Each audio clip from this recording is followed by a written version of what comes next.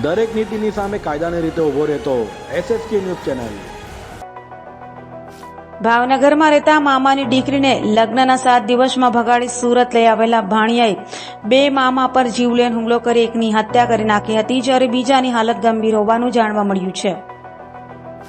Puna police પાસેથી મળતી માહિતી મુજબ ભાવનગર જિલ્લાના નસીતપુર ગામ ખાતે 50 વર્ષીય મનસુખભાઈ જસમતભાઈ વગેલા પરિવાર સાથે રહેતા હતા। ખેત મજૂરી કરીને પરિવારનું ગુજરાન ચલાવતા હતા। તેમના 45 વર્ષીય નાના ભાઈ બાબુભાઈ વાઘેલાની દીકરીને તેમની જ બહેનનો દીકરો વિશાલ 20 દિવસ પહેલા ભગાવીને લઈ ગયો હતો। ત્યારબાદ દીકરીને પરત લઈ આવ્યા હતા અને 8 દિવસમાં દીકરીના અન્ય જગ્યાએ લગ્ન કરાવી દીધા હતા। દીકરીના લગ્નના 7 દિવસમાં જ વિશાલ ફરી મામાની દીકરીને ભગાવીને સુરત લઈ ગયો હતો। મનસુખભાઈ અને બાબુભાઈને જાણ થતાં દીકરા વિક્રમ સાથે ભાવનગરથી ગત રોજ સુરત આવ્યા હતા। વિશાલ અને તેમની દીકરી પુણાગામ વિસ્તારમાં આવેલી નીલગીરીમાં હોવાની જાણ થઈ હતી। ત્યારબાદ મનસુખભાઈ અને બાબુભાઈ બંને નીલગીરી ઝુંપડપટ્ટી પાસે પહોંચ્યા હતા અને વિશાલને તેમની દીકરી અંગે પૂછ્યું હતું। વિશાલ સહિત 7 જેટલા લોકોએ મનસુખભાઈ, બાબુભાઈ અને તેમના દીકરા વિક્રમ પર હથોડા સહિતના હથિયારો સાથે હુમલો કરી દીધો હતો।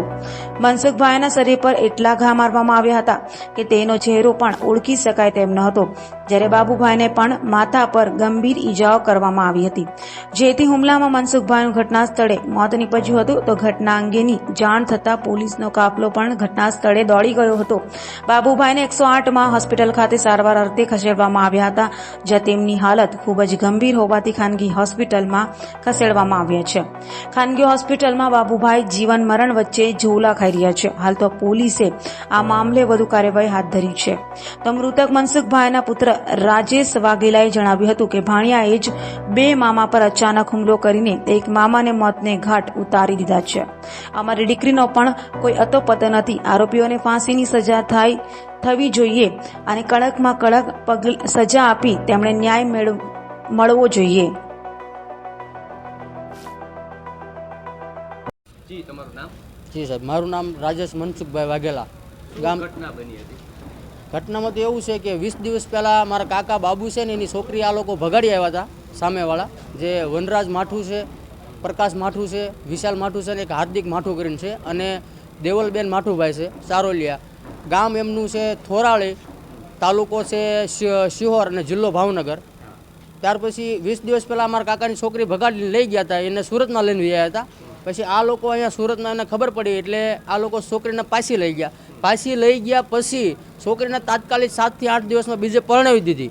બીજે પરણાવી દીધા પછી આ લોકોએ એવા માથાભારે માણસો છે અને ખૂની માણસો છે, અને આ લોકોએ સામેથી ફરીને પાછા જ્યાં છોકરીને પરણાવી હતી ત્યાંથી પાછી ભગાડી આવ્યા। અત્યારે છોકરી લાપતા છે કે વાવડ મળતી નથી। ત્યાર પછી મનસુખભાઈ, બાબુભાઈ અને બાબુભાઈનો દીકરો વિક્રમ, આ 3 લોકો ગામડેથી કોઈને કીધા કરવા વગર સીધા આ લોકો અહીંયા સુરતમાં આવ્યા। નીલગીરી વિસ્તાર કહેવાય છે, પર્વત પાટિયાની આજુબાજુ, ત્યાં ગયા એટલે જઈને પૂછ્યું એટલે ડાયરેક્ટ આ લોકો માથે હુમલો કર્યો, અને મનસુખભાઈ મારા પપ્પા છે એક્સપાયર થઈ ગયા, અને બાબુભાઈ અત્યારે સિરિયસ કોમામાં છે।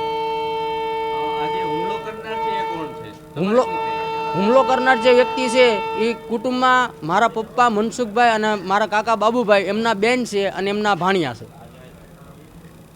કેમના હુમલો કરવામાં આવ્યો છે અને કેટલા ઘા મારવામાં આવ્યા? હુમલો કરવામાં તો એવું છે સાહેબ કે મનસુખભાઈને માથામાં પૂરી તરીકે ઈજા થઈ છે। કેટલા ઘા થયા છે એનું કોઈ નક્કી જ નથી, કેમ કે માથાનું કોઈ હરખું એંધાણ છે નહીં, અને તીક્ષ્ણ હથિયારથી અને લોખંડ ફોડવાના ઘણથી એટલે હથોડાથી આ લોકોને માર મારવામાં આવેલો છે। તમારી શું માગણી છે?